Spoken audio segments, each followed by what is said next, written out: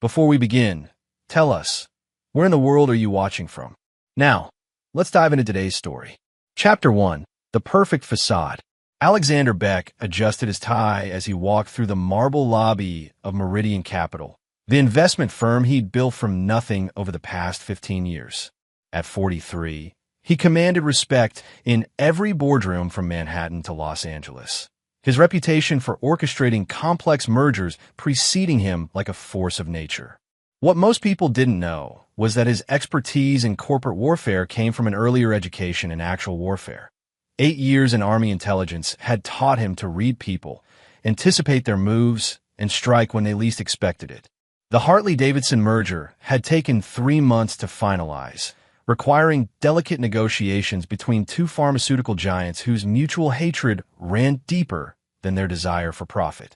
Alexander had spent the last 72 hours in Chicago, managing egos and maneuvering around obstacles that would have destroyed lesser dealmakers. Now, finally it was done. For $1 billion in combined assets, 2,000 jobs saved, and a commission that would secure his family's future for generations. His phone buzzed with a text from his wife, Victoria. Working late again. Don't wait up. V. Alexander frowned at the message's coldness. Victoria Tate Beck had always been direct, but lately her communications felt almost clinical. They'd been married 12 years, and he could chart the slow erosion of warmth in her messages like tracking a stock's decline. Where once she'd signed texts with hearts or playful jokes, now she offered only initials and businesslike efficiency. Dr. Richard Stevens, Alexander's old friend from college and now the family physician, had mentioned during their last golf game that Victoria seemed different during Jake's recent checkup. When pressed for details, Richard had grown evasive, changing the subject with the kind of practiced deflection that suggested professional concern. Alexander's driver, Miguel McConnell, pulled up to the curb in the black Mercedes. Miguel had been with the family for 5 years, a former Marine who'd served 2 tours in Afghanistan before transitioning to civilian security work. His loyalty was absolute, his discretion complete, and his observations rarely wrong. "How was Chicago, Mr. Beck?" Miguel asked as they pulled into traffic. "Successful. Any unusual activity at the house while I was gone?" Miguel's eyes met Alexander's in the rearview mirror. Mrs. Beck had visitors. Same pattern as last month. Late evenings, cars with tinted windows, meetings in the home office that lasted past midnight. Alexander had noticed the pattern too. Victoria's consulting business had always involved irregular hours, but recently her clients seemed to prefer conducting business in their home rather than her downtown office. When Alexander had asked about it, Victoria had explained that her new contracts involved sensitive corporate restructuring that required additional privacy. "The boy," Alexander asked, "quiet lately. Spends most of his time in his room when he's home from school. Seems to avoid Mrs. Beck when possible." Jake Beck was 11 years old, bright and curious despite his recent withdrawal. Alexander had attributed his son's introversion to typical preteen adjustment issues, but Miguel's observation suggested something more troubling.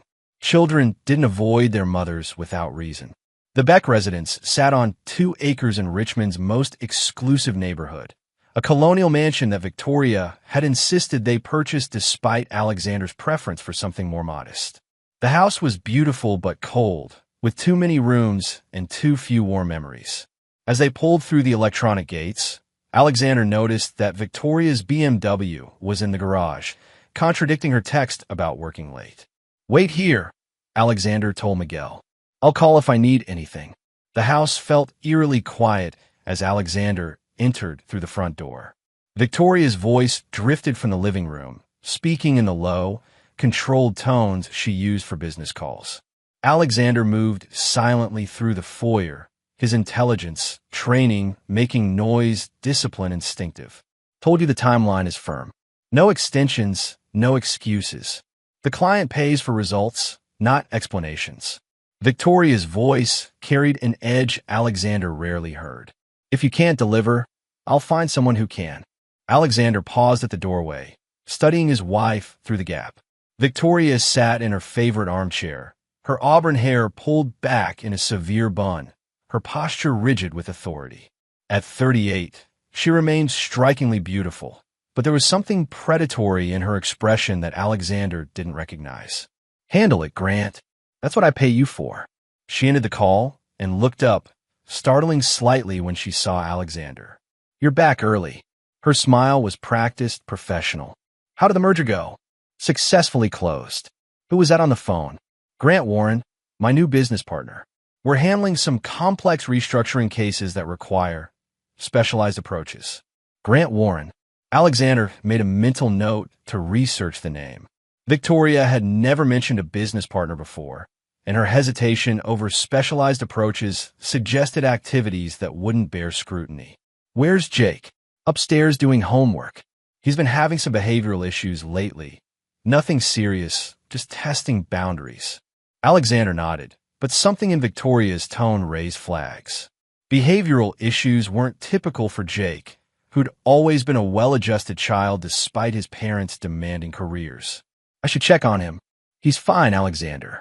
You worry too much." But Alexander was already climbing the stairs, his instincts telling him that something was wrong. Jake's bedroom door was closed, which was unusual.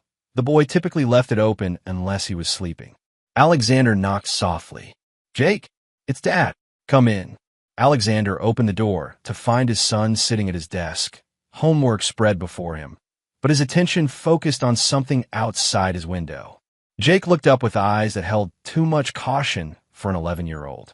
"Hey, buddy, how was school?" "Fine." Jake's response was automatic, rehearsed. Alexander sat on the edge of the bed, studying his son's body language. The boy was tense, watchful, as if expecting trouble. "Everything okay at home while I was gone?" Jake's eyes flicked toward the door, then back to his father. "Mom's been different lately.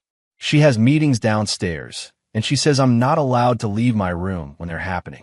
"What kind of meetings?" "I don't know, but sometimes there are kids there. Kids I don't recognize. And they look—" Jake struggled for words. "They look scared, Dad." Alexander felt ice form in his veins. "Scared how?" "Like when Tommy Martinez got lost in the woods last year. Remember? He had that look like he didn't know what was going to happen to him." Alexander remembered. Tommy had been missing for 6 hours before search teams found him, and the experience had left the boy traumatized for weeks. The comparison was deeply troubling. "Jake, has your mother ever hurt you? Or made you do things you didn't want to do?" Jake's silence was answer enough. Alexander felt rage building in his chest, but he kept his voice gentle. "You can tell me anything, son. I promise you're safe." "She says consequences are a part of her business," Jake whispered. "She says I need to learn about consequences if I want to be part of this family." The words hit Alexander like physical blows. Whatever Victoria was involved in, it was affecting their son directly. And the mention of other children suggested something far worse than business consulting. "Jake, I want you to pack a bag. Just essentials, clothes for a few days, your tablet, whatever you need." "Are we going somewhere?" "Maybe. I need to understand what's been happening here while I was away." As Alexander helped his son pack, he was already planning his next moves. His intelligence background had taught him to gather information systematically, to understand all variables before taking action. But his parental instincts were screaming that Jake was in immediate danger. Victoria Tate Beck had built a facade of respectability around something dark and twisted. Grant Warren was part of it, whatever it was. And somehow, children were involved, children who looked scared, according to Jake.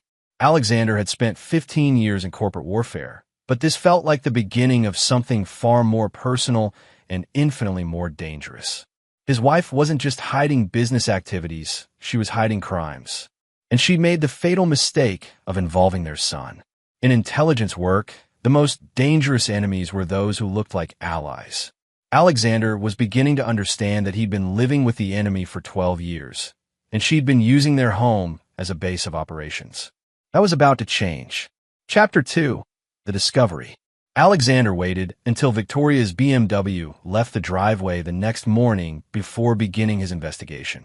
Jake was at school, Miguel was running errands, and Alexander had the house to himself for the first time in months. He started with Victoria's home office, a converted bedroom on the second floor that she kept locked when not in use. The lock was expensive, but not military grade. Alexander had it open in under 2 minutes using techniques learned in intelligence training. Victoria's office was meticulously organized, files arranged alphabetically, computer password protected, a safe built into the wall behind her desk. The computer proved more challenging. Victoria had implemented sophisticated security measures that suggested she was protecting more than client confidentiality. Alexander bypassed the login screen using a USB drive loaded with extraction software, a gift from his former colleagues in intelligence who transitioned to private sector work. What he found made his blood run cold. Financial records showed payments from offshore accounts totaling over $2 million in the past 18 months. The money came from shell companies registered in countries known for lax banking oversight. Most disturbing were the payment descriptions: procurement services, transportation coordination, inventory management. The terminology suggested human trafficking. Alexander photographed everything, uploading files to an encrypted cloud account. Victoria's email history revealed communications with Grant Warren that confirmed his worst fears. Children were being bought, sold, and transported through a network that Victoria helped coordinate. The behavioral issues she'd mentioned about Jake weren't discipline problems. They were preparation for something unspeakable. A folder labeled Local Inventory contained photographs that made Alexander's vision blur with rage. Dozens of children, ages 8 to 14, photographed in sterile environments with identification numbers. Jake wasn't among them, but Alexander recognized several faces from missing persons reports he'd seen on the news. The safe behind Victoria's desk contained passports, cash, and a handgun. But more importantly, it held contracts and shipping manifests that revealed the scope of the operation. Victoria wasn't just a participant. She was a regional coordinator for what appeared to be an international trafficking network. Alexander was photographing the shipping manifests when he heard a car in the driveway. Through the window, he saw Victoria's BMW returning unexpectedly. He had 30 seconds to secure the office and get downstairs before she entered the house. He closed the safe, relocked the office door, and was in the kitchen making coffee when Victoria walked through the front door. "Forgot some files," she called out, her footsteps heading directly upstairs. Alexander waited, listening for signs that she'd detected his intrusion. The office door opened and closed. Drawers slid open. A minute later, Victoria came downstairs carrying a briefcase. "Busy day?" Alexander asked, keeping his voice casual. "Client emergency. I might be late tonight." She paused at the door, studying his face.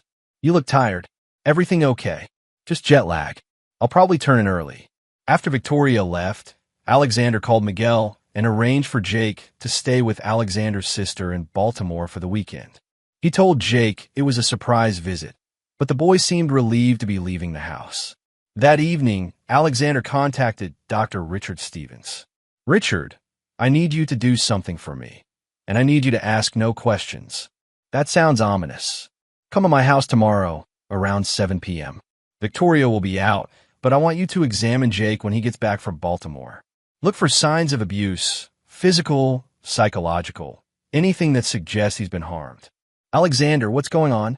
"I can't explain yet, but I think Jake is in danger, and I need medical documentation of his condition before I take action." "What kind of action?" "The kind that ends threats permanently."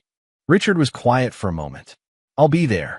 The next day, Alexander used his business connections to research Grant Warren's background. What he found was a pattern of association with organized crime figures, missing persons cases, and unexplained wealth. Warren had been arrested twice for human trafficking, but never convicted. His charges mysteriously dropped due to insufficient evidence and procedural errors. More disturbing was Warren's connection to a network of wealthy clients who paid premium prices for specialized services involving children. The network operated internationally, using legitimate businesses as fronts for trafficking operations. Victoria's consulting firm was one of those fronts. Alexander was studying financial records when Miguel called with an update. "Mr. Beck, Mrs. Beck just left the house with several suitcases. She told me she'd be away on business for the next few days." "Did she say where?" "Chicago." "But, sir, I followed her to the airport. She didn't board a commercial flight. Private jet, no flight plan filed. Victoria was running, which meant she'd either detected Alexander's investigation or received warning from someone in her network. Either way, Alexander's window for gathering evidence was closing. He called Richard Stevens and asked him to come immediately rather than waiting for evening. Bring your medical bag and be prepared to document everything you see. This might be the only chance we get. Richard arrived 30 minutes later, his expression grim. Alexander, I need to tell you something before we continue. I've been concerned about Jake for months. During his last checkup, I noticed signs of psychological trauma, hypervigilance, difficulty sleeping, anxiety responses to certain questions. What kind of questions? Questions about his home life, about his relationship with his mother. When I asked if he felt safe at home, he shut down completely. Alexander felt the last pieces of restraint crumble.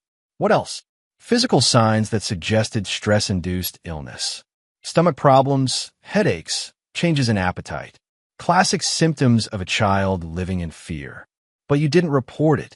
I had no proof of abuse, and Victoria convinced me it was related to school stress and your travel schedule. I should have trusted my instincts. Alexander led Richard upstairs to Jake's room, pointing out details he'd noticed during his investigation. A lock on the inside of Jake's door that was clearly installed recently, blackout curtains that blocked outside view, and a small camera hidden in the ceiling light fixture. She was monitoring him, Alexander said, keeping him isolated and under surveillance. Richard examined the camera with growing horror. This isn't parental concern. This is containment.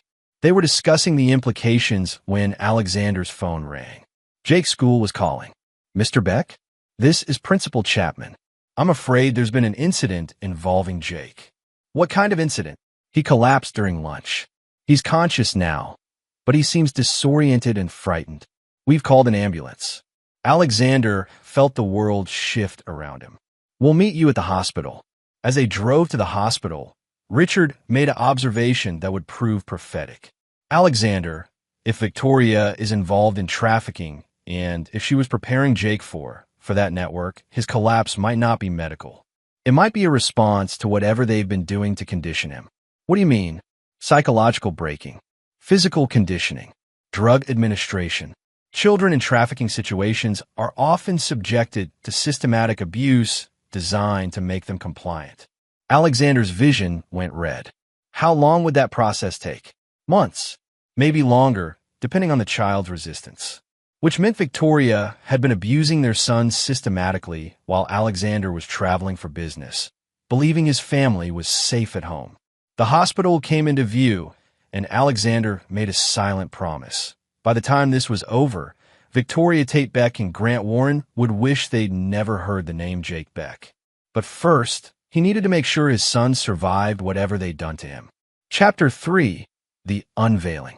Alexander burst through the emergency room doors with Dr. Stevens close behind, his heart hammering against his ribs. A nurse directed them to room 7, where Jake lay on a hospital bed, looking small and fragile against the white sheets.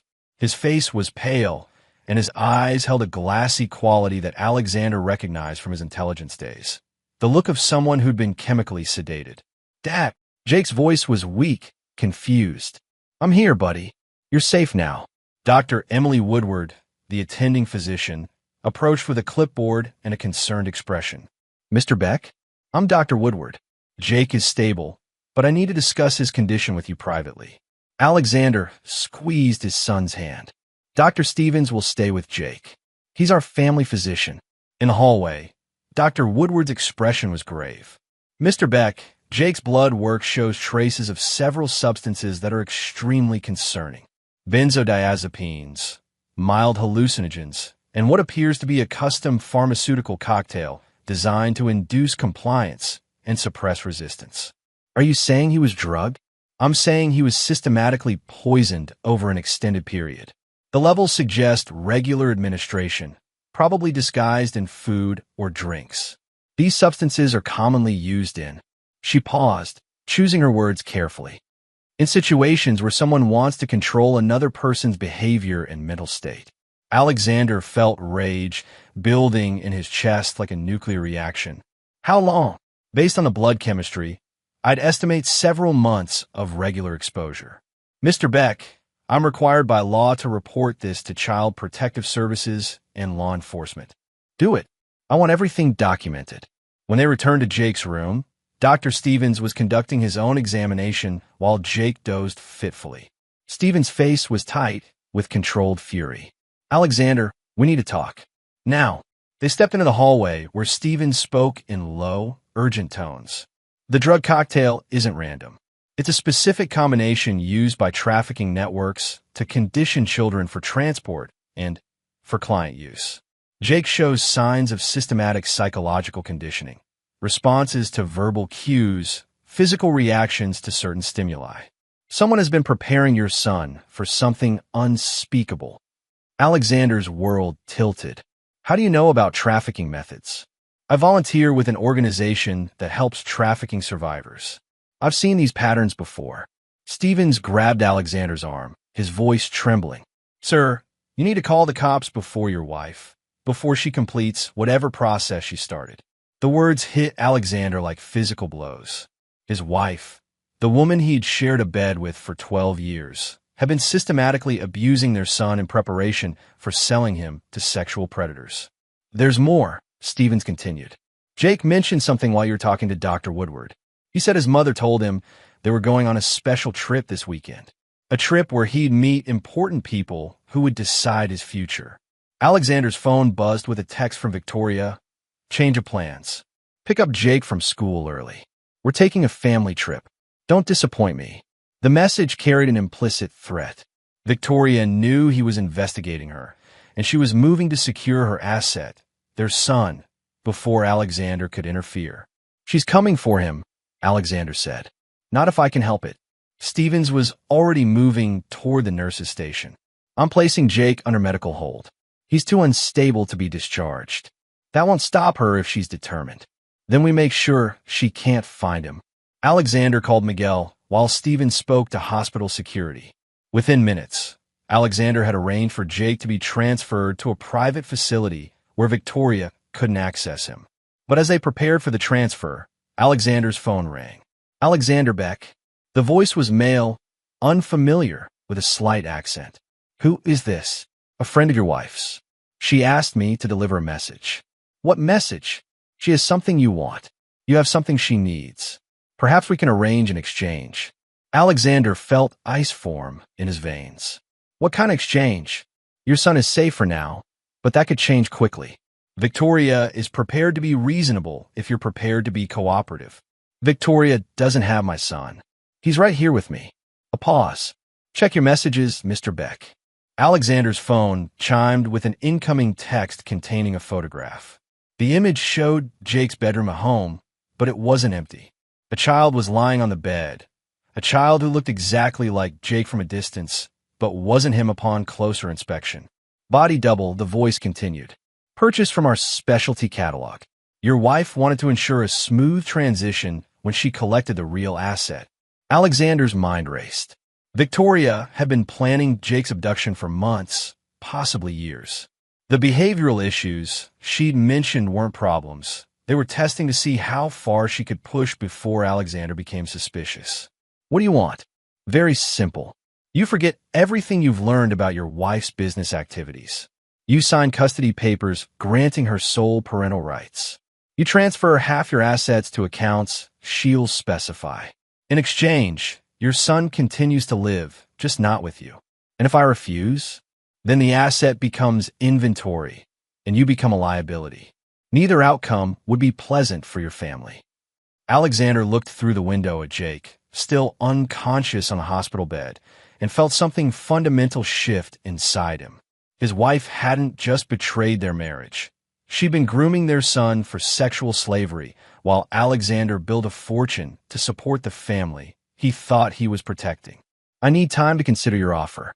You have until tomorrow night. Victoria will call with final instructions. Alexander ended the call and turned to Stevens, who'd been listening with growing horror. They're going to kill you both regardless, Stevens said. You realize that, right?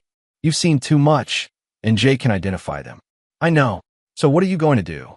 Alexander looked at his unconscious son, thinking about the years of business trips while Victoria had unlimited access to systematically abuse Jake. Thinking about the children in those photographs, the offshore accounts, the network of predators who paid premium prices for innocence.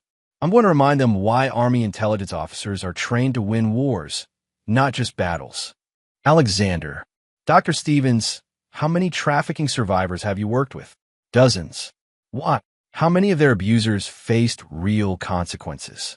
Stevens was quiet. Very few. The networks are too sophisticated, too well-connected.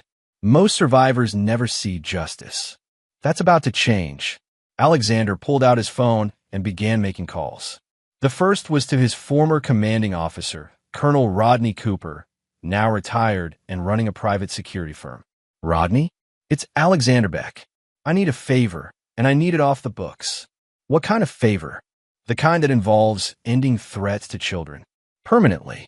Within an hour, Alexander had assembled a team of former intelligence operatives and special forces personnel who specialized in what the government couldn't officially handle.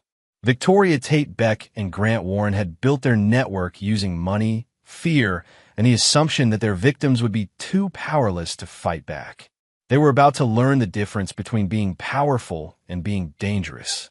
And Alexander Beck had never been more dangerous in his life. Chapter 4.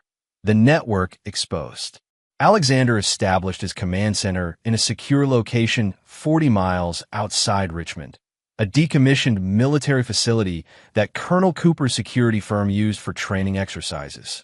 The building's soundproofed rooms and sophisticated surveillance equipment made it perfect for the kind of operation Alexander was planning. His team consisted of 5 specialists: Colonel Cooper himself, an expert in psychological warfare; Phil Bailey, a former NSA analyst who could penetrate any digital security system; Mitch Simon, a demolitions expert with a talent for making problems disappear; Peter Chapman, a master of surveillance and infiltration; and Loren Root, whose expertise in interrogation techniques had made him legendary in intelligence circles. What we're dealing with, Alexander explained to his team, is a trafficking network that's been operating for at least 3 years. My wife, Victoria, coordinates regional operations. Her partner, Grant Warren, handles enforcement and client relations. They have connections to organized crime, political protection, and international networks. Phil Bailey looked up from his laptop, where he'd been analyzing the evidence Alexander had gathered. The financial structure is sophisticated. They're moving money through 17 different shell companies across 9 countries. Conservative estimate puts their operation at $50 million annually. How many children? Cooper asked. Based on the documentation, I found approximately 200 active cases across the Mid-Atlantic region. Ages 8 to 16, both domestic and international acquisitions. The room fell silent. Even seasoned operators had limits to what they could process emotionally. What's the primary objective? Chapman asked. Complete destruction of the network. No survivors, no loose ends, no possibility of reorganization. And secondary objectives? Recovery of the children, evidence preservation for law enforcement, and elimination of political protection. Loren Root studied the photographs Alexander had taken from Victoria's safe. The political connections are extensive. 3 congressmen, a federal judge, 2 state senators, and multiple law enforcement officials. Taking down the network means taking down people with the power to retaliate. Then we make sure they can't retaliate. Alexander's phone buzzed with an encrypted message from an unknown number. Package delivered. Inspection at midnight. Location to follow. The message was accompanied by an address in rural Virginia and instructions for arriving undetected. Victoria was setting up the promised exchange. Jake's life for Alexander's silence and money. It's a trap, Cooper said after reading the message. Of course it is, but it's also an opportunity to get inside their operation. Alexander, they're not planning to honor any agreement. The moment you show up, you're dead. Maybe, but they don't know what I've learned or who I've contacted. They think they're dealing with a desperate father who'll do anything to save his son. Aren't you? Alexander was quiet for a moment. I'm a desperate father. But I'm also someone who spent 8 years learning how to destroy enemies who hide behind walls and money and political connections. Victoria made a critical error in judgment. She assumed I'd react emotionally instead of tactically. Phil Bailey looked up from his computer. I've been monitoring Victoria's communications. She's in contact with a client who's scheduled to inspect the merchandise tonight. The financial transfer for Jake is set at $2 million. Alexander felt rage build in his chest, but his voice remained calm. Then we give them what they're expecting. What do you mean? We let Victoria think she's won. We allow the meeting to proceed.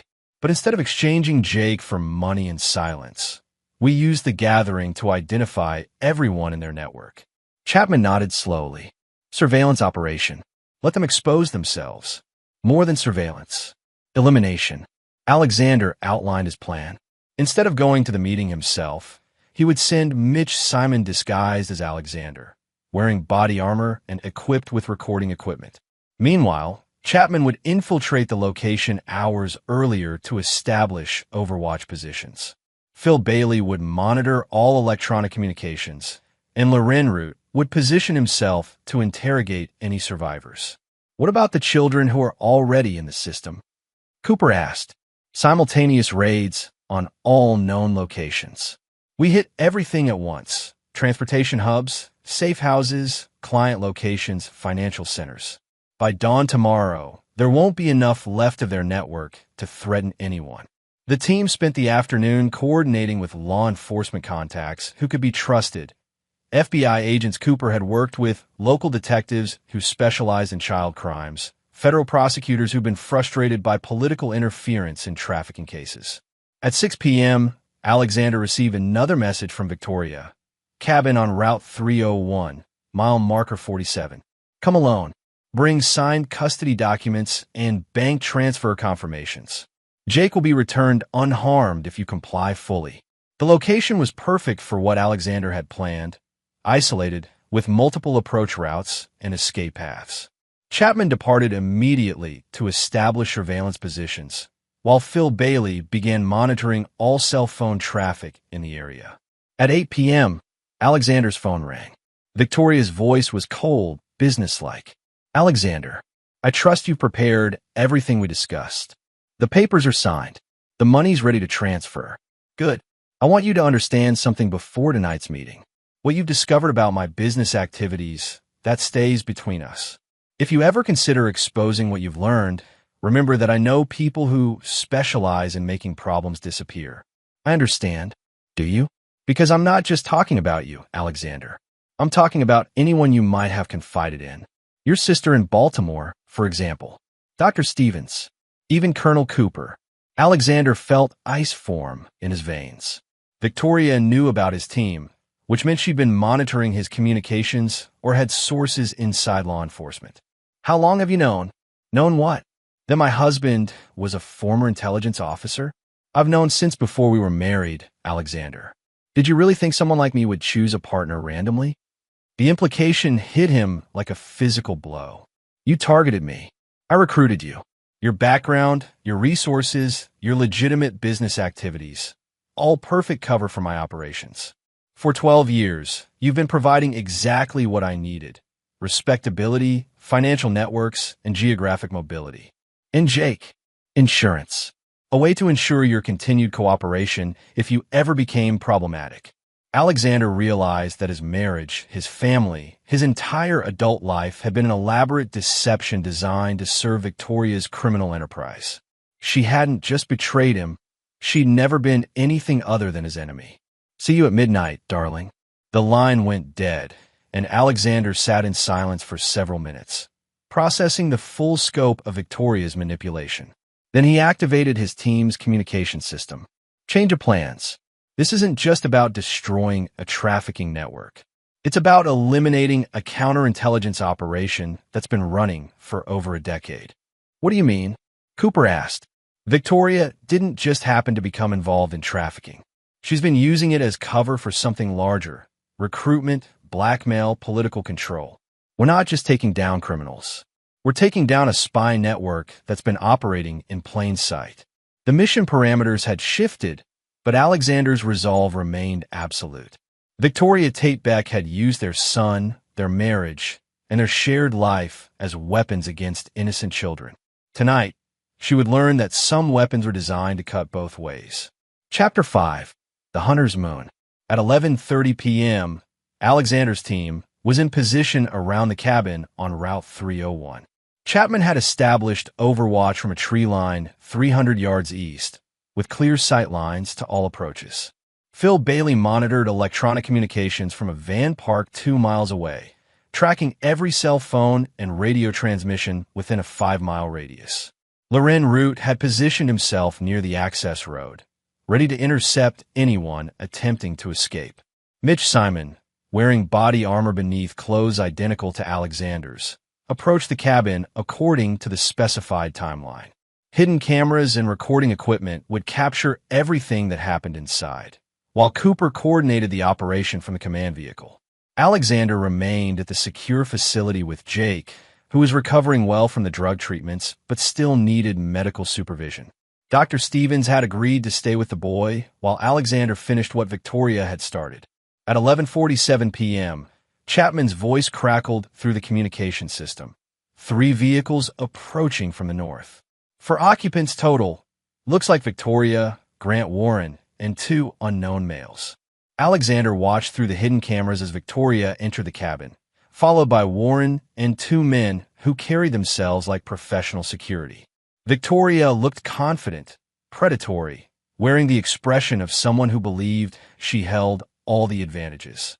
"Where's Beck?" Warren asked, scanning the shadows outside. "He'll be here." Alexander's nothing if not punctual.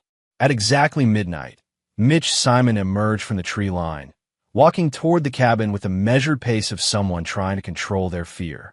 Through the hidden cameras, Alexander watched Victoria's face light up with satisfaction. "Alexander, come in. We have much to discuss." Mitch entered the cabin, and Alexander's recording equipment captured everything that followed. "Where's my son?" Mitch asked, using Alexander's voice patterns. "Safe. For now." Victoria gestured to a laptop on the cabin's table. "Real-time video feed from our holding facility. As you can see, Jake is comfortable and well cared for." The screen showed a child lying on a bed in what appeared to be a medical facility. The child looked like Jake from a distance, but Alexander could tell it was the body double Victoria had mentioned. "The custody papers?" Victoria extended her hand. Mitch handed over documents that Phil Bailey had prepared, legally worthless forgeries that would satisfy Victoria's immediate needs while providing no actual authority. "And the financial transfers? Ready to execute on your confirmation that Jake is released safely." Victoria studied the papers, then looked up with cold satisfaction. "You've been surprisingly cooperative, Alexander. I expected more resistance. I want my son safe. Nothing else matters. Nothing else should matter. But I know you, Alexander.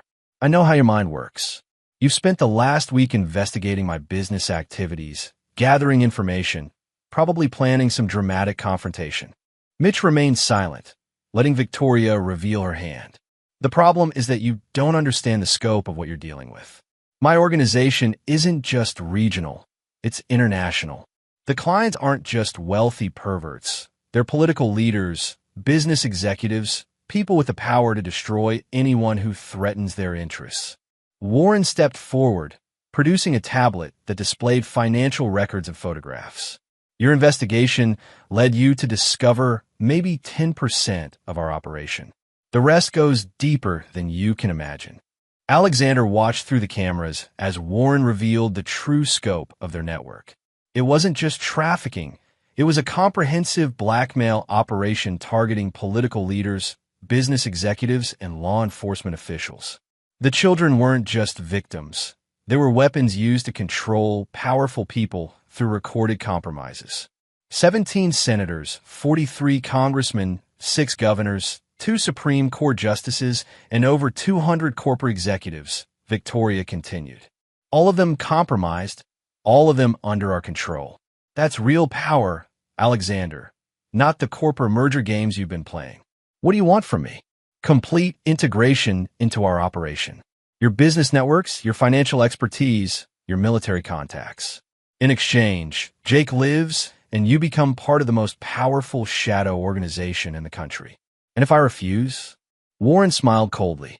Then you discover what happened to the other husbands who became problematic.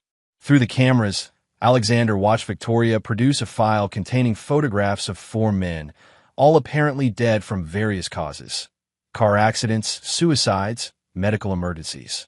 Recruitment sometimes requires permanent solutions to family complications.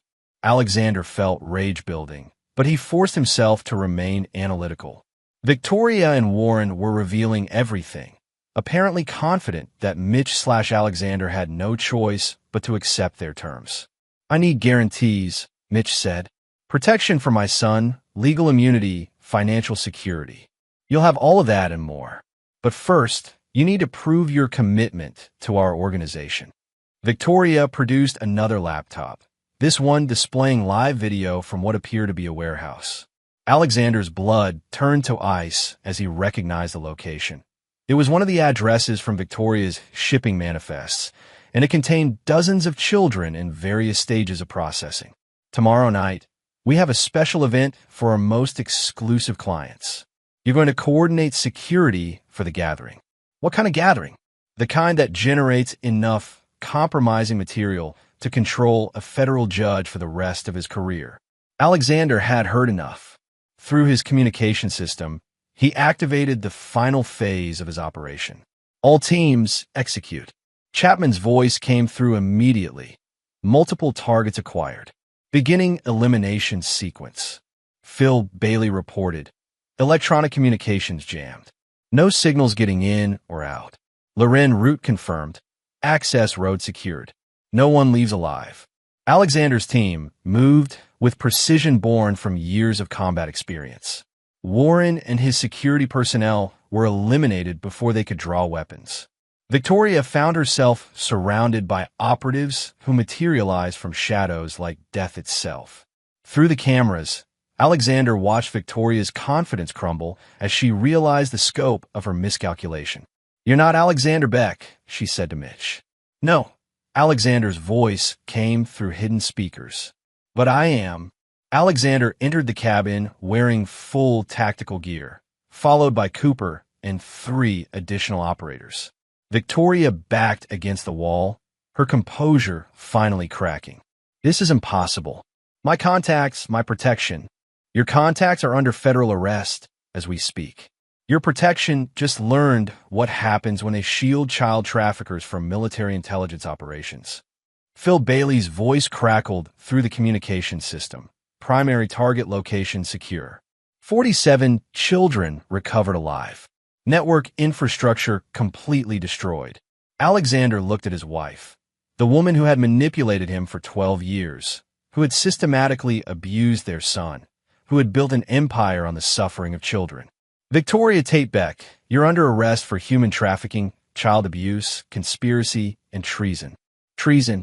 The blackmail operation targeting federal officials constitutes espionage against the United States government. That carries special penalties.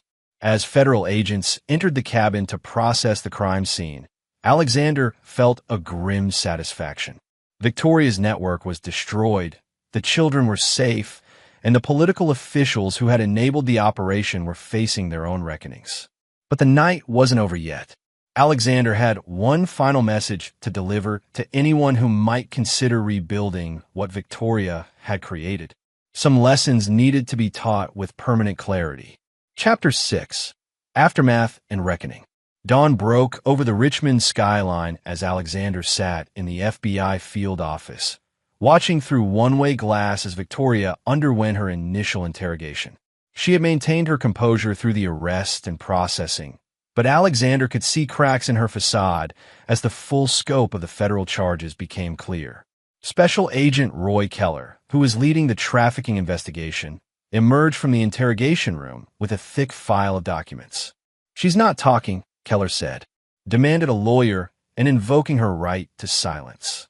"What about Warren's associates? Singing like canaries." Apparently, their loyalty only extended as far as their paychecks. Keller sat down across from Alexander, his expression grim. Mr. Beck, what we've uncovered in the past 8 hours goes beyond anything we've seen before. The blackmail network your wife was running compromised officials at every level of government. Alexander had spent the night coordinating with federal agencies as they systematically dismantled Victoria's operation. Raids on 17 locations had recovered 93 children and arrested 47 adults involved in trafficking, transportation, and client services. The political fallout was only beginning. How many officials are implicated? Initial counts suggests over 200 federal, state, and local figures.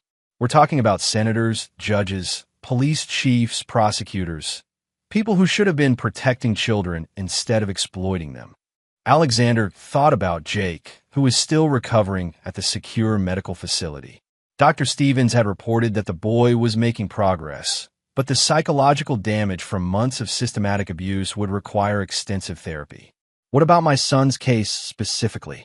Victoria and Warren face federal charges for child abuse, trafficking conspiracy, and attempted sale of a minor.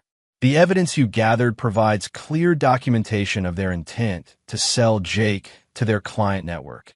Keller paused, studying Alexander's expression. There's something else. During our raids, we discovered documentation suggesting Victoria had been planning this for years, possibly since before Jake was born. What do you mean? Medical records showing she had been administering mild sedatives to Jake since he was 6 years old. Psychological conditioning programs designed to make him compliant. Educational modifications to isolate him from potential support networks. Keller's voice hardened. Your wife wasn't just abusing your son. She was systematically preparing him for sexual slavery from early childhood. Alexander felt rage building his chest, but he kept his voice level. How is that possible? I would have noticed. She was careful. The drugs were administered in doses small enough to seem like normal childhood illnesses. The psychological conditioning was disguised as discipline and educational structure. You were traveling frequently for business, and she had complete control over Jake's daily routine. The implications were staggering. Alexander had spent years building a fortune to support his family, while Victoria used his absence to systematically destroy their son's psychological defenses. Mr. Beck, I need to ask you something directly. Keller leaned forward. The operation you conducted last night, it was extremely sophisticated, almost like it was planned by someone with extensive intelligence training. I had help from some former colleagues. I assumed as much, but I want you to understand that while we appreciate the results, the methods you used crossed several legal boundaries. Alexander met Keller's gaze directly. Are you planning to prosecute me for stopping child traffickers? I'm planning to ensure that justice is served through proper legal channels from this point forward. What about the political officials who were being blackmailed? Are they facing charges? Keller's expression darkened. That's where things get complicated. Some of them were unwilling victims, people who were compromised through coercion or deception. Others appear to have been willing participants who used the network's services regularly. And you can tell the difference? Financial records, communication logs, frequency of contact. The willing participants paid premium prices for specific services and showed no signs of attempting to escape the blackmail situation. Alexander understood the distinction, but he also understood that political pressure would protect some officials while sacrificing others. How many of the willing participants will actually face prosecution? Keller was quiet for a moment. As many as the evidence will support and political reality will allow. It was an honest answer, but not a satisfying one. Alexander had learned in intelligence work that justice and law enforcement didn't always align perfectly. His phone buzzed with a call from Dr. Stevens. Alexander, Jake's awake and asking for you. His cognitive function is improving rapidly now that the drugs are clearing his system. I'll be there in an hour. As Alexander prepared to leave the FBI office, Agent Keller handed him a business card. Mr. Beck, given your background and what you accomplished last night, the Bureau would be interested in discussing consulting opportunities. We handle a lot of cases involving organized crime and trafficking that could benefit from your particular expertise. I'll consider it. One more thing. Victoria's lawyer is already making noise about seeking custody of Jake pending her trial. Apparently, she's claiming you kidnapped him and that she was attempting to protect him from your dangerous associates. Alexander felt cold fury settle in his chest. She's claiming I kidnapped my own son. It won't hold up in court, especially given the evidence we've gathered. But it suggests she's planning to fight the custody issue aggressively. Then she's going to learn that some battles are decided outside courtrooms.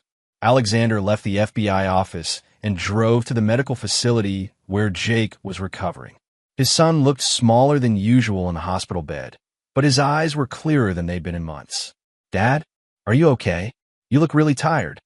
Alexander sat beside the bed, taking Jake's hand. "I'm fine, buddy. How are you feeling?" "Better. Dr. Stevens says the medicine that was making me sick is almost gone from my body."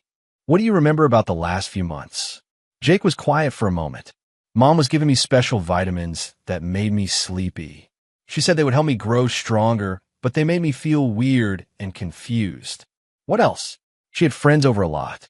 They would look at me like I was something they wanted to buy. It made me scared, but when I tried to tell you, the words wouldn't come out right." Alexander felt rage building again, but he kept his voice gentle. "You're safe now, Jake. Mom can't hurt you anymore. What's going to happen to her? She's going to face consequences for the things she did. To you, and to other children." Jake nodded, processing this with the kind of seriousness that no 11-year-old should need to possess. "Dad, I'm glad you came home when you did. I think something really bad was about to happen to me." Alexander squeezed his son's hand, making a promise that would define the rest of their lives together. "Nothing bad will ever happen to you again, Jake. I promise you that." But even as he made the promise, Alexander was planning his next moves. Victoria's trial would take months, maybe years. During that time, she would have access to lawyers, appeals, and potentially corrupt officials who might arrange for her early release or case dismissal. Alexander had spent 20 years learning that some enemies were too dangerous to leave alive, regardless of what legal systems might decide. Victoria Tate Beck had made a career of destroying children's lives. She had systematically abused his son while manipulating their marriage for criminal purposes. The legal system would provide due process. Alexander would provide justice. And there was a significant difference between the two. Chapter 7. The Trap Unfolds. 3 weeks after Victoria's arrest, Alexander received an unexpected visitor at his home. Miguel had been screening all contacts since the FBI raids, but the woman who appeared at their gate carried credentials that demanded attention. Federal Judge Patricia Gates, one of the officials Alexander had seen on Victoria's blackmail list. Alexander met her in his study, noting how she kept her hands visible and her voice carefully modulated, the behavior of someone who knew she was being recorded. "Mr. Beck, I need to discuss a matter of mutual concern." "What kind of matter?" "Your wife's case. More specifically, certain complications that have arisen during the legal proceedings."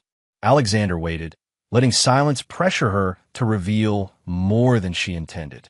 Victoria's attorney has presented evidence suggesting that her trafficking operation was actually an undercover investigation into political corruption.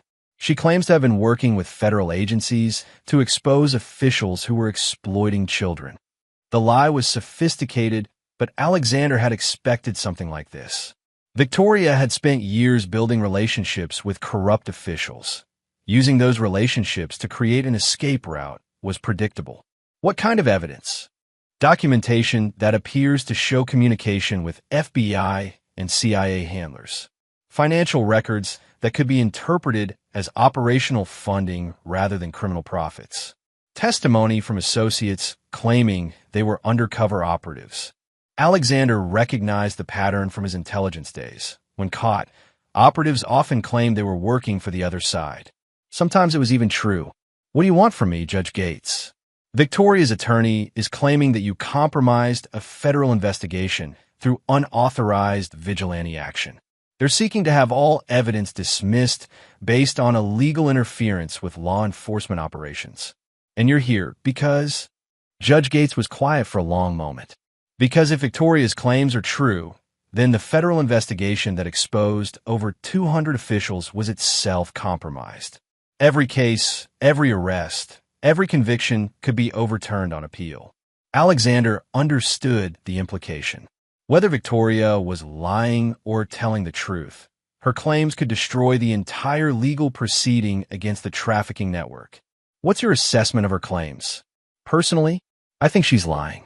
But professionally, I have to consider the possibility that we're dealing with a counterintelligence operation that went bad.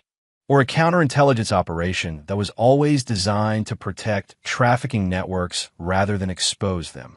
Judge Gates nodded grimly. Which brings me to why I'm really here. Victoria's attorney has scheduled a hearing for tomorrow where they'll present this evidence publicly. If successful, Victoria walks free and every official on her blackmail list claims they were victims of an unauthorized federal sting operation. Including you? Including me. Alexander studied Judge Gates' face, looking for signs of deception. She seemed genuinely concerned about Victoria's legal strategy, but Alexander had learned not to trust anyone who appeared on trafficking-related blackmail lists. Judge Gates, let me ask you directly, were you a willing participant in Victoria's network, or were you being blackmailed? Her answer would determine whether she left his house alive. Blackmailed. Victoria's people photographed me in a compromising situation with someone who turned out to be underage. I've been making legal decisions based on their threats for over 2 years. What kind of decisions? Dismissed cases, reduced sentences, sealed records. Anything they needed to protect their operation and their clients.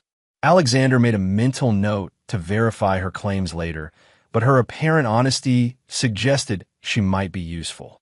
What do you propose we do about tomorrow's hearing?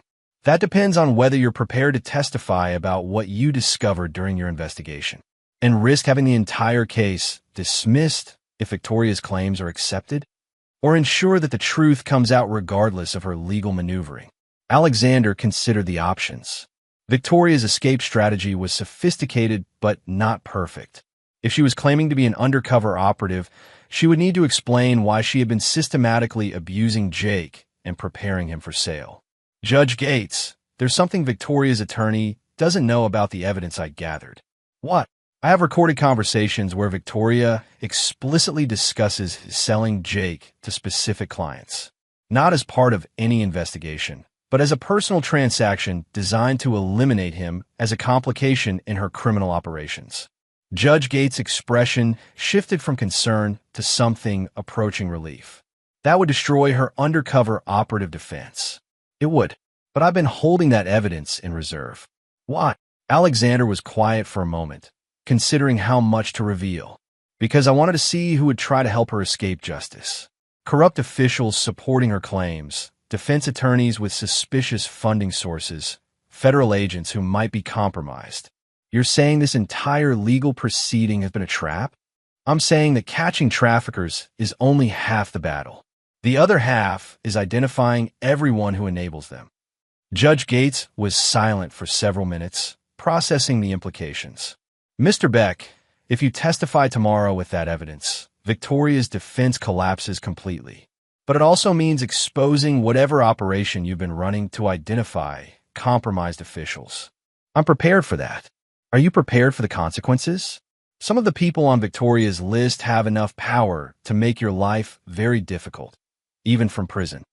Alexander thought about Jake, who was making progress in therapy, but still woke up screaming from nightmares about special vitamins and important visitors. Judge Gates, let me ask you something. How many children do you think will suffer if Victoria's network is allowed to reorganize under new leadership? I don't know. Neither do I.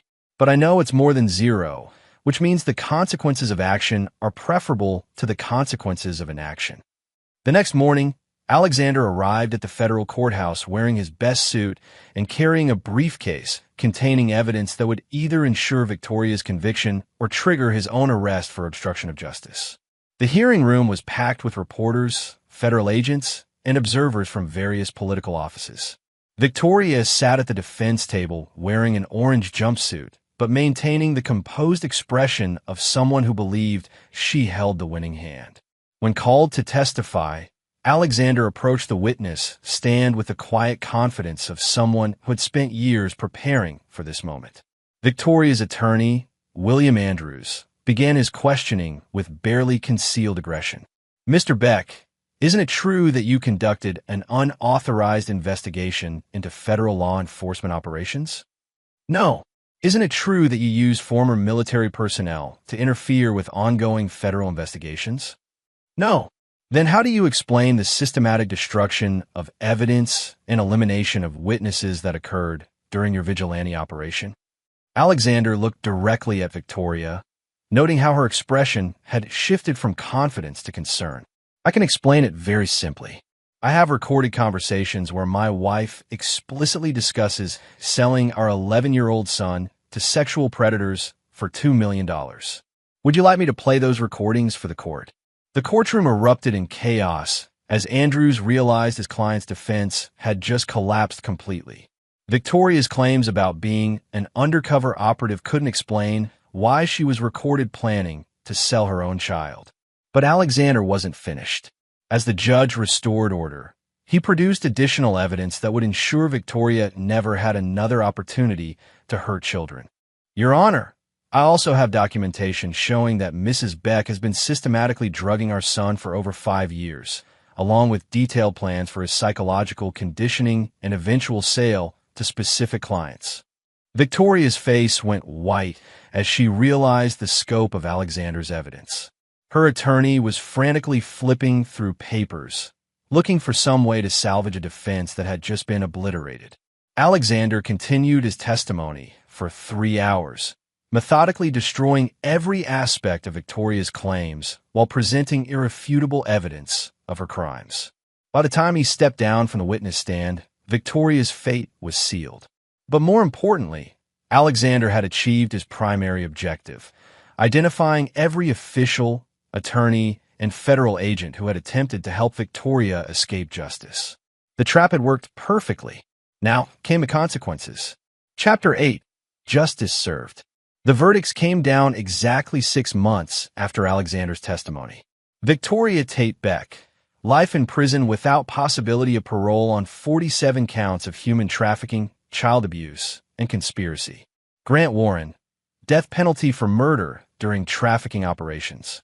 17 political officials, sentences ranging from 10 years to life, depending on their level of participation. Alexander sat in the courthouse gallery as each verdict was read, feeling a grim satisfaction as the legal system finally delivered consequences for crimes that had destroyed hundreds of lives. Victoria showed no emotion as her sentence was announced, maintaining the cold composure that had defined their 12-year marriage. But Alexander's work wasn't finished. During the 6 months of legal proceedings, he had continued gathering intelligence on the broader network that had enabled Victoria's operations. What he discovered was a system of corruption that extended far beyond individual criminals to include institutional failures at every level. Federal agencies had ignored warnings about trafficking operations. Political officials had traded votes for protection. Law enforcement had deliberately misdirected investigations to shield wealthy clients. The legal system had provided justice for Victoria and her immediate associates, but the structures that had enabled them remained largely intact. Alexander had decided that those structures needed to be dismantled permanently. His opportunity came when Special Agent Keller contacted him about consulting on a new trafficking case in Baltimore. The investigation involved a network similar to Victoria's, but with different leadership and different political connections. "We could use your expertise in understanding how these operations function," Keller explained during their meeting. "Your insights into Victoria's network helped us develop new investigative protocols." "What kind of consulting are you looking for?" "Undercover work. These networks only trust people with specific backgrounds and connections. Your business credentials and former military service make you an ideal candidate for infiltration operations." Alexander accepted the consulting contract, but not for the reasons Keller expected.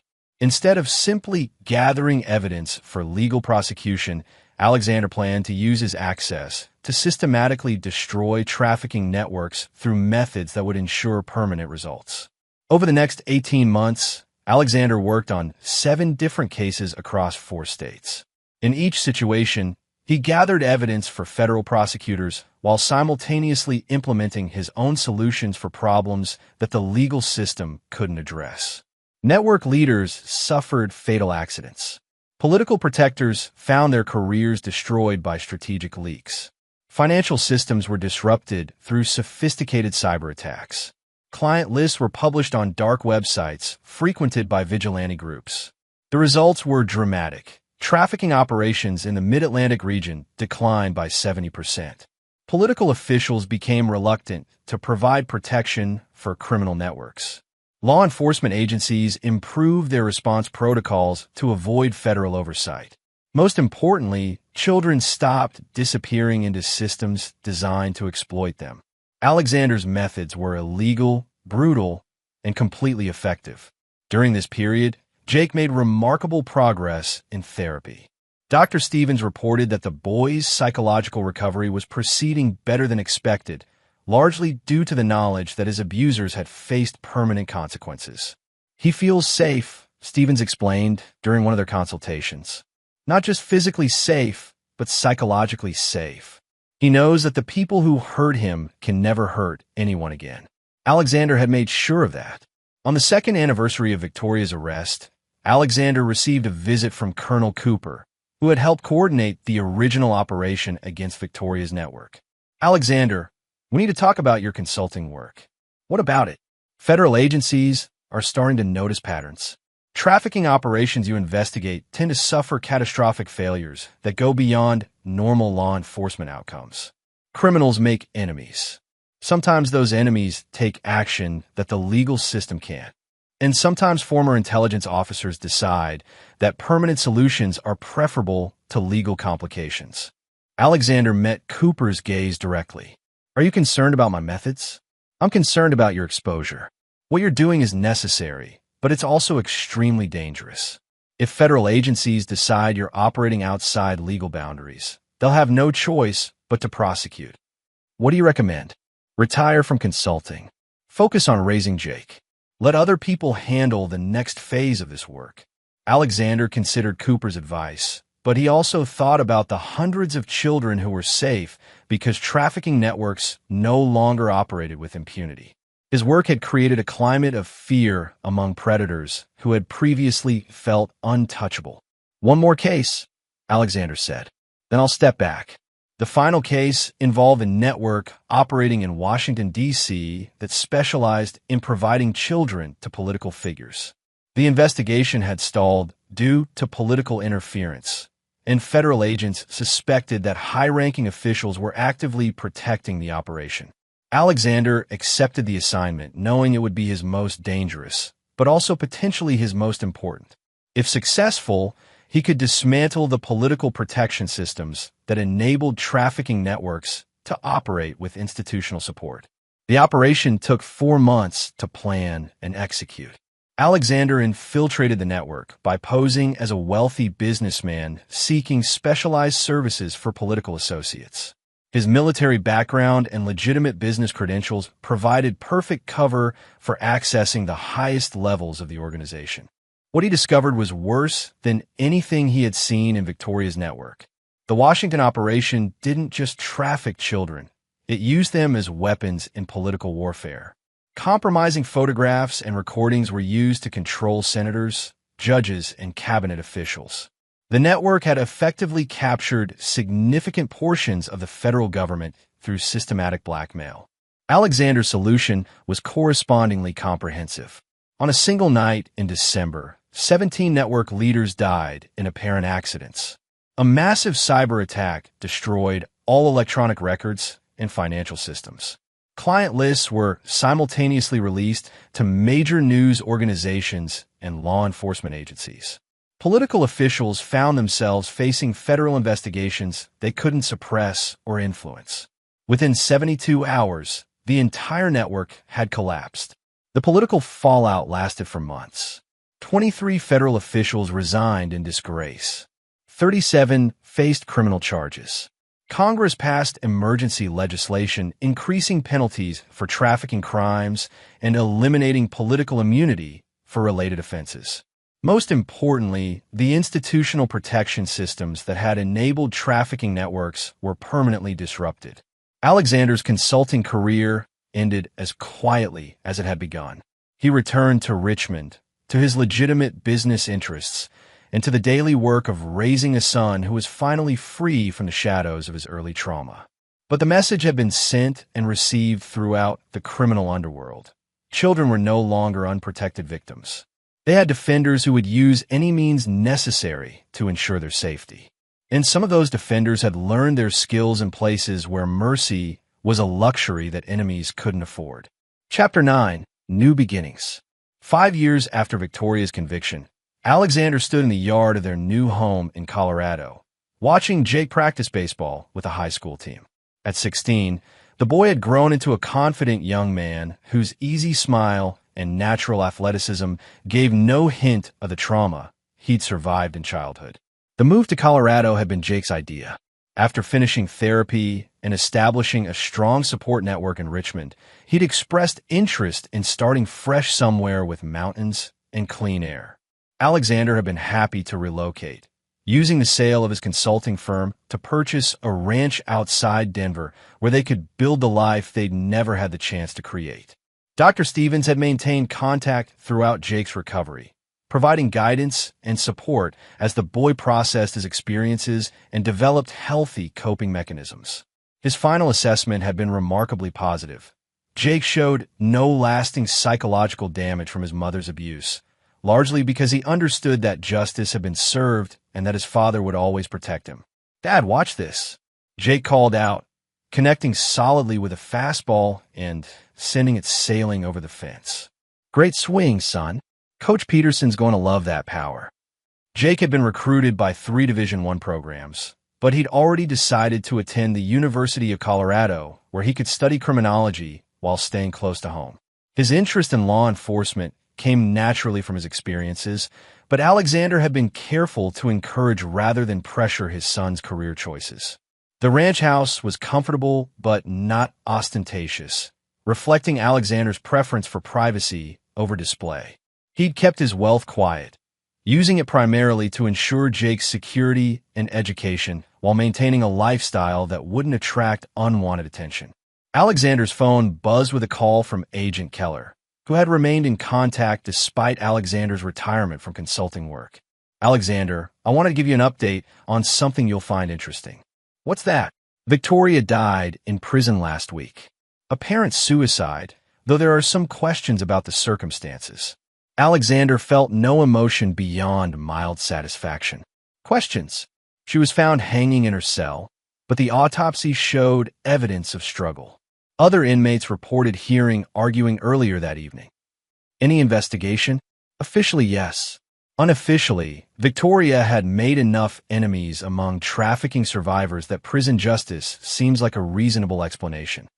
Alexander had learned that some forms of justice operated outside courtrooms and legal proceedings. Victoria's death meant she could never escape, never appeal, never manipulate the system for early release. "How's the trafficking situation overall?" "Significantly improved.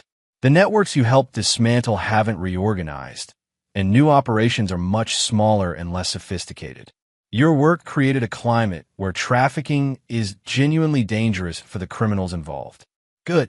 Alexander, there's something else. The FBI has been tracking some unusual activities in international trafficking networks. Operations being systematically destroyed by unknown actors using military-grade tactics. Any thoughts on who might be responsible?" Alexander smiled grimly. "Sounds like someone learned that protecting children requires permanent solutions.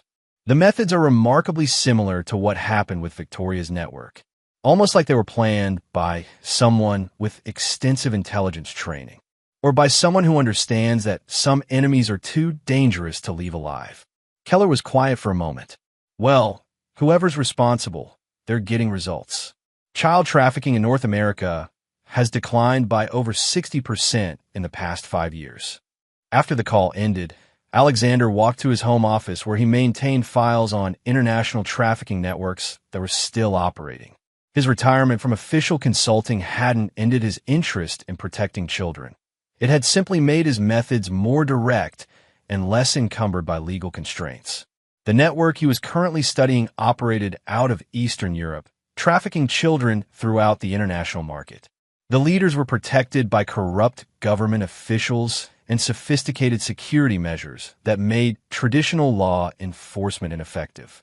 But Alexander had learned that no security measures were sufficient against someone with unlimited resources and complete commitment to permanent solutions. His phone rang again, this time with a call from Jake. "Dad, I'm staying for extra practice tonight. Coach wants to work on my defensive positioning." "Sound good. I'll pick you up at 8. Actually, Sarah's mom is driving her home anyway, so she can drop me off. That way you don't have to make the trip." Alexander smiled at his son's consideration. Jake had developed into a thoughtful young man who balanced independence with respect for family commitments. "Okay, but call when you're on your way home." "Will do. Love you, Dad." "Love you too, son." As evening approached, Alexander prepared for the kind of work that had become his true calling. The Eastern European network had operations in 12 countries, generated over $200 million annually, and destroyed thousands of children's lives every year. Within 6 months, it would cease to exist. Alexander had learned that some problems required business solutions, negotiation, compromise, legal frameworks. Other problems required military solutions, precise application of overwhelming force against enemies who understood only strength. Child trafficking fell into the second category. The phone call came at exactly 9:15 p.m., as Alexander was finalizing his operational planning. "Mr. Beck, this is Colonel Nicholas Weeks, U.S. Special Operations Command. We need to meet." "About what?" "About a job offer that would allow you to continue your current activities with official sanction and unlimited resources." Alexander set down his files and walked to the window overlooking the ranch where he'd built a new life with his son. "What kind of job offer?" "The kind that involves protecting children on a global scale using methods that traditional law enforcement can't employ." Alexander thought about Jake, who was building his own future based on justice and protection rather than victimization and fear. He thought about Victoria, whose death had closed a chapter but not ended the story. He thought about the thousands of children who were still trapped in networks that operated with impunity, because no one was willing to use truly effective methods. "When do we meet?" "Tomorrow. There's a situation in Thailand that requires immediate attention." Alexander looked at the files on his desk. Intelligence on trafficking networks that would continue destroying lives until someone with sufficient commitment decided to end them permanently. "I'll be there." As he prepared for what would likely be his final transition from private citizen to active operator, Alexander felt the same certainty that had guided him through Victoria's destruction and everything that followed. Some enemies could be negotiated with, some could be reformed, some could be contained through legal measures. Others simply needed to be eliminated. Alexander Beck had become very good at making those distinctions, and even better at implementing the solutions that each situation required. The war for children's safety would never truly end, but Alexander had learned that some battles could be won so decisively that the enemy never recovered. Tomorrow, he would begin winning a new set of battles. Tonight, he would enjoy dinner with his son, secure in the knowledge that their life together had been built on a foundation of justice that no enemy could ever destroy. Some stories ended with forgiveness and reconciliation. This one ended with the understanding that evil required permanent consequences, and that some fathers were willing to become whatever was necessary to protect the children who depended on them. Alexander Beck had found his true calling, and it would define the rest of his life. 10 years later, Jake Beck would graduate from the FBI Academy and begin his own career protecting children from predators. He would never know the full extent of his father's international activities, but he would understand that some forms of justice operated outside courtrooms and legal systems. Alexander Beck's official record would show a successful businessman who consulted occasionally on federal trafficking cases. His unofficial record would be written in the destroyed networks and eliminated threats that made the world safer for innocent children. Victoria Tate Beck's network would never be rebuilt. The fear that Alexander had created among trafficking organizations would persist for decades, making criminal operations too dangerous and unprofitable to sustain. And in a ranch house in Colorado, a father and son would continue building a life based on the understanding that family is defined not by blood, but by the willingness to sacrifice everything to protect the people who matter most. This was a story about consequences. The consequences of evil, the consequences of courage, and the consequences of refusing to accept that some enemies deserve mercy. Alexander Beck had learned to deliver all three types of consequences with equal precision, and the world was better for it. And there you have it. Another story comes to an end. What did you think? I'd love to hear your thoughts in the comments below. If you enjoy this story, consider joining our community by subscribing. It means the world to us. For more stories like this one, check out the recommended videos on screen, and I'll see you there.